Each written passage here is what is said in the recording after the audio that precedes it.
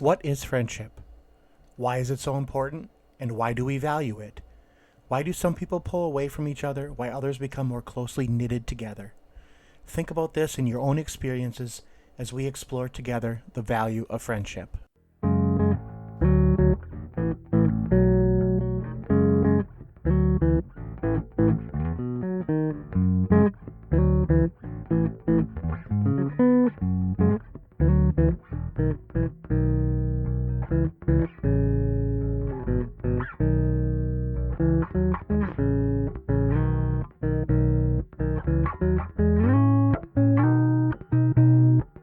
Hi everyone, this is Brian, and I'm joined by my best friend Josh. Welcome to Curiosity Continuum.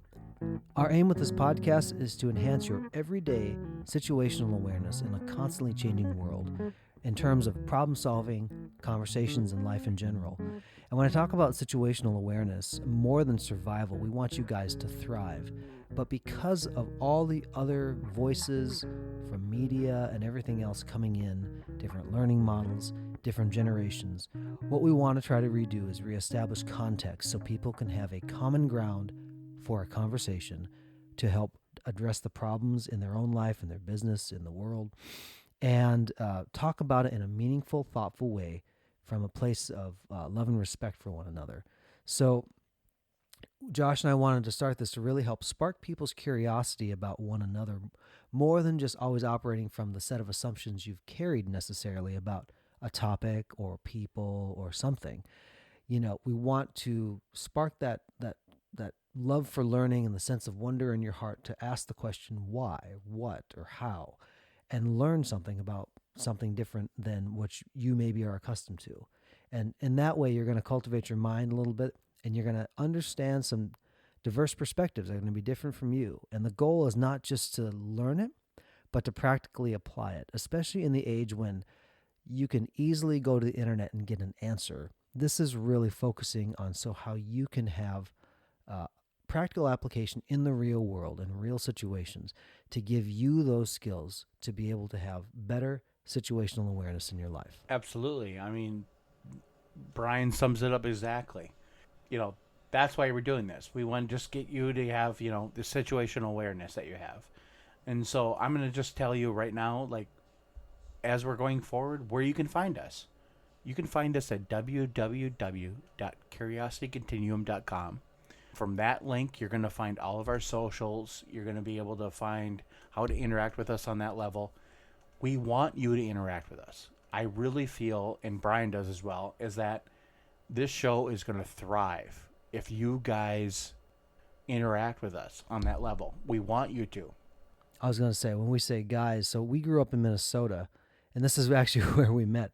So guys, even to this day, means guys and gals. And so, we don't mean it to be in any way diminutive to any female listeners in the group, because this is a podcast where we all can come together and present something unique to ourselves and learn from one another.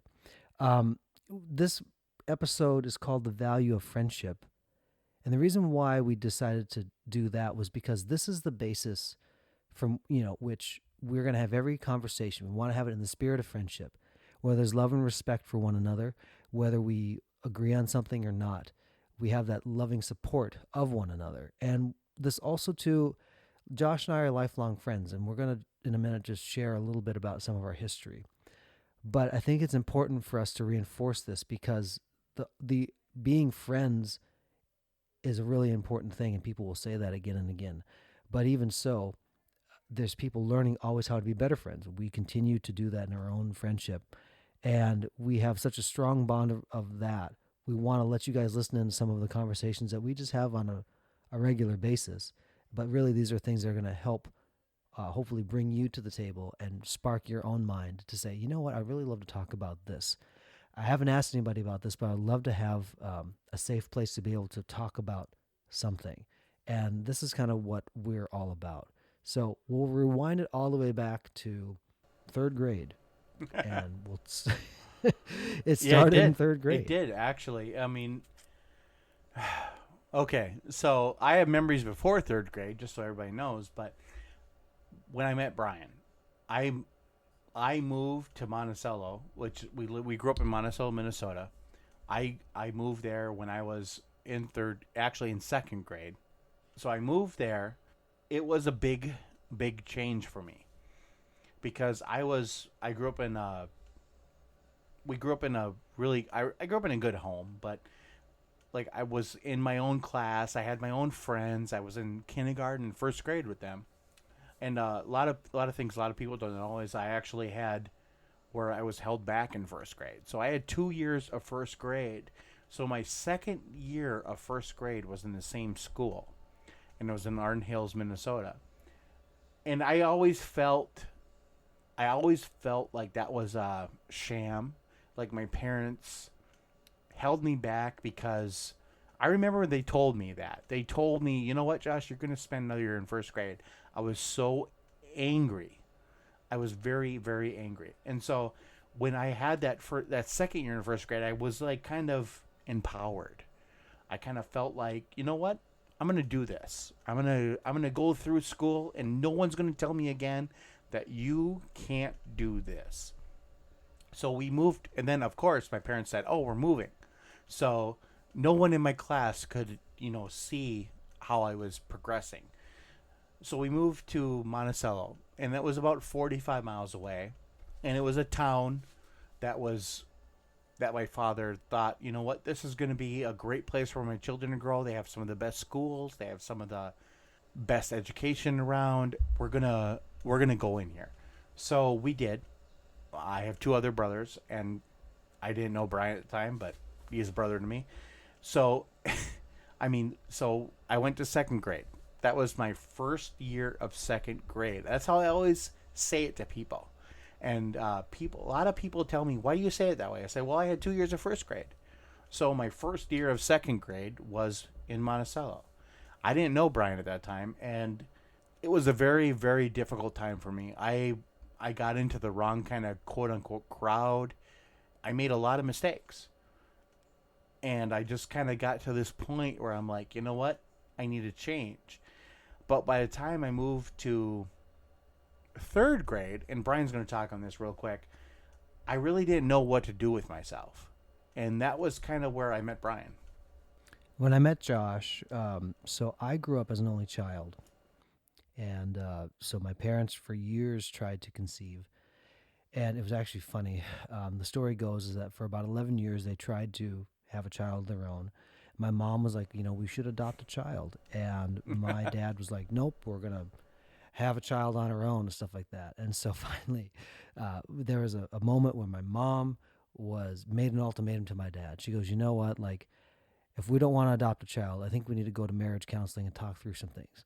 And my dad said, we're going to adopt a child. Like, all of a sudden, he had a change of heart. That was your dad. He didn't want to go talk to the counselor about any of it. Yep. So that was my dad, God love him. So they started to go through the process of adoption. And the long story short is that I ended up in a wonderful, loving family over here. I was born in South Korea and came over here during when, South Korea came under criticism by saying that, your largest export out of your country is children. And so I was one of those exports that came over here.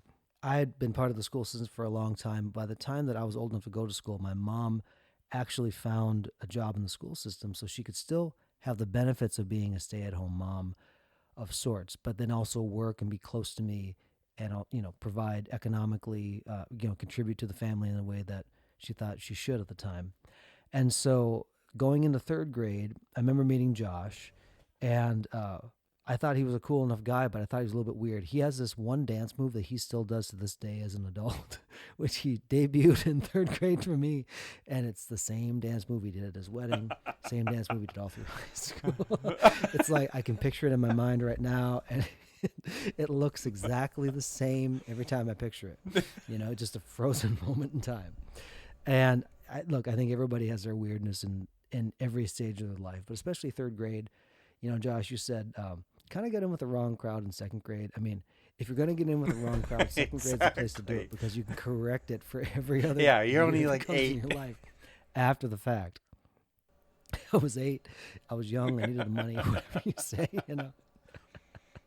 So anyway, but that's where we first met, and we didn't become immediate like best buddies, but we knew about one another. And the way they put classes together, we kind of went separate directions. And then in the 6th grade, when we entered middle school, you know, I look back now on middle school, everybody's got things That's that a they're problem. working through, and Yeah. everybody thinks that their problems, the biggest problem in the world. I'll be honest, I, on a regular basis, will go to my own mother and tell her. I just start off with an apology because now I have children. And my son is now, he's a 7th grade boy.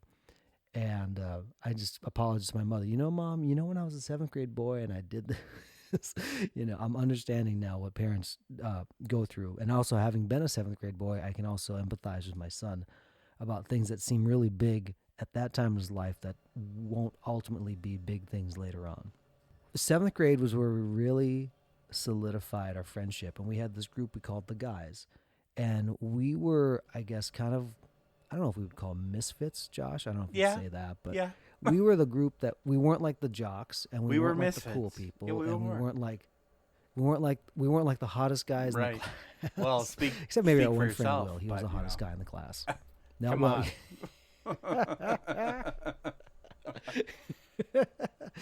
you know, but yeah. So we became friends. We sat together in English class, and we chose to be friends. Actually, it was history class, Right. and then we kind of had subsequent things afterward. That was the power. We didn't realize then the power of the choice to be friends. And I think you see that especially in little children, like, oh, hey, I'm your friend. And they have no idea what friendship actually is at the time, like when they're 3. They just know, like, hey, you have trains. I like to play with Right. trains. Let's be friends. As you get old enough to have enough relational wherewithal and different things like that, you start to understand, hey, these are friends. And we were all very different. We had a very varied interest set and all the kinds of stuff we Yeah, did. like Brian said. I mean, we chose to be friends, and at that age, it was kind of awesome. I mean, looking back on it, it was awesome. When I was there, it was like, okay, that was just, yeah, you're my friend. But we actually chose to be friends because we had the one thing we had in common was that basically no one else wanted to be our friend. But it was also awesome and empowering. You don't realize the value of that when you may have a moment of suffering in your life and how that draws you together with people, or you know what it does for you. Like it really did. And I don't mean to sound over dramatic, like, you know, the 7th grade boys just Right. sitting in the corner. It wasn't that, but it really was like a longing for that friendship, and you see that from an early age. And we were blessed to kind of start to intersect that at Right. that time in our Yeah. life. Like Brian says, we were blessed. I didn't realize that at the time. I realize that now, and that's why we're doing this. But I mean, when we chose to be friends, we did choose to be friends. You know, we saw, you know, we saw ourselves in each other, I think. We saw the kind of a quote unquote misfit that a lot of kids and a lot of people feel. And I think the thing too that you know, everybody has these places in their life, regardless of what age or life stage they're in. You know, my mom recently got remarried. When I say recently, I guess now it's about 6 years in.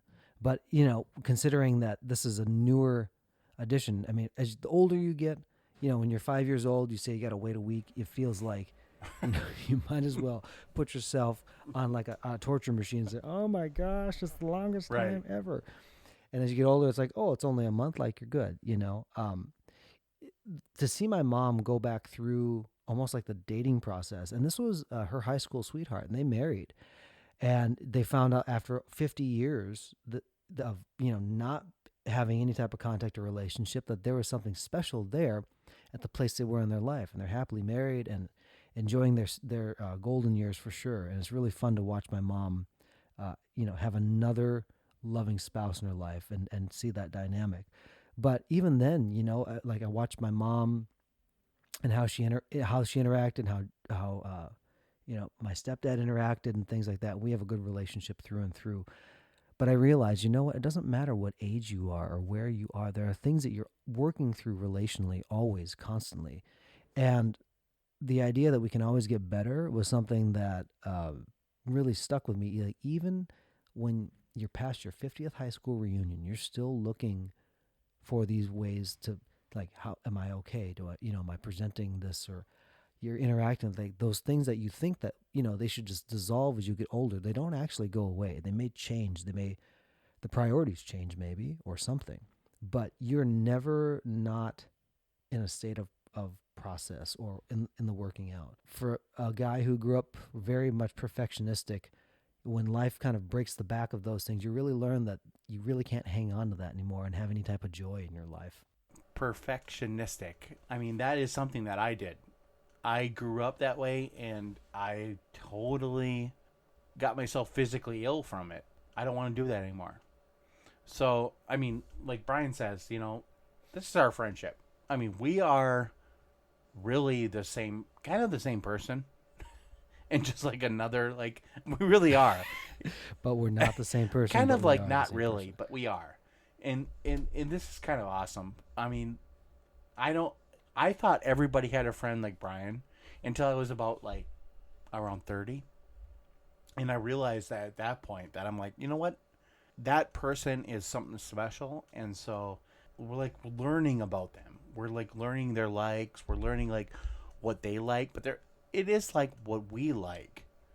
As different as you can be, and as different as you can do that. Like, all of a sudden now you have a similar thing of, like, even if, like, the goal is friendship and how we can make that better, you learn about one another. And in those things, just like in every relationship that you cultivate, you're learning, like, how this person actually hears things, how you can show love and respect to somebody in a way. It might be very different for another person in your life, but this person is. It translates to every human relationship. There's always some type of dynamic that you're working on, because we're imperfect beings. And so there's always going to be some working out.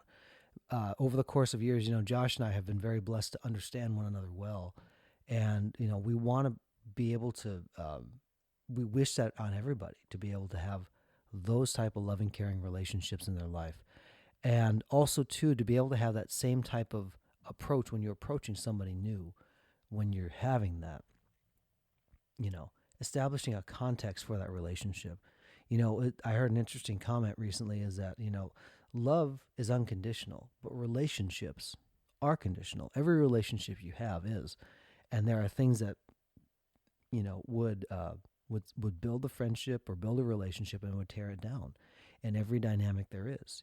If I told Josh to say, you know what, like, I'm going to be your friend, but I'm going to insult your wife badly every single time I see you. Yeah, it probably ain't going to fly for very long. long. Yeah, it's like, that's going to change quite a bit. And, so as we've had 30 years to practice friendship, this is our dynamic. And what we realized as we go on is that we want to share this, and then also in this context, be able to bring people into the circle. So there's a good context for life, because there's a lot of things now in the world that will try to tear at you for your attention, tear at you for, the emotional equity you put into it, or all that kind of thing. And at the end of the day, if you don't have any type of relationship like a friend you can turn to, a near dear friend, you don't have to have 27,000 friends. I know some of you people probably have more followers on Instagram than 27,000 or whatever. But who's the person you can call when you're at your lowest and you can just be honest? For 7th grade boys, when we really started to become friends, to have an honest place where you could do that and go through life, that's a valuable thing. And within this podcast, we want to be able to create the environment of friendship, to be able to come to the table as you are, and we can start interacting and talking about things that are important, not only to us, but important to you, because we're all in it together.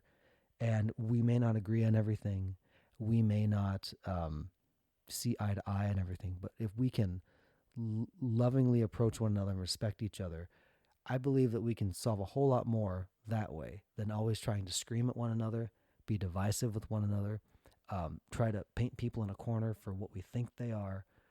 I think we can do a lot more that way by approaching it the way we said versus what we're seeing a lot in the media and social media and everything else. Absolutely. Right, I don't think I need to say anything more. I think Brian totally summed up what we're going to do here. And if you guys are still listening, this is awesome. And we both, I know we're both kind of, flabbergasted at that. But so we really want to welcome you guys to join us and keep listening. What do you think, Brian? I think it's a good place to put a comma for this conversation until next time. And our challenge to you, the listener, is to identify an important relationship or relationships, just 2 or 3. Go listen to them about something maybe that you needed to talk to them about. Life can tear at you pretty quick, and you need those friends and counselors in your life to be able to speak some life into a situation that may seem dead, or be a shoulder to cry on. I'll tell you what, you value your friends more in your suffering than in your fair weather situations, because it's easy to be pals with people when everything's going right. But when the world is upside down the way it is, you want to know the people that you can turn to trust. And we want you to turn to those people until the next time and just thank them and love on them, just like Josh and I will do between now and the next episode. So until then, thank you for listening. And remember, you can find us at curiositycontinuum.com with all of our social media and a way to reach out to us. Until next time, this is Brian. And this is Josh. Signing off for Curiosity Continuum.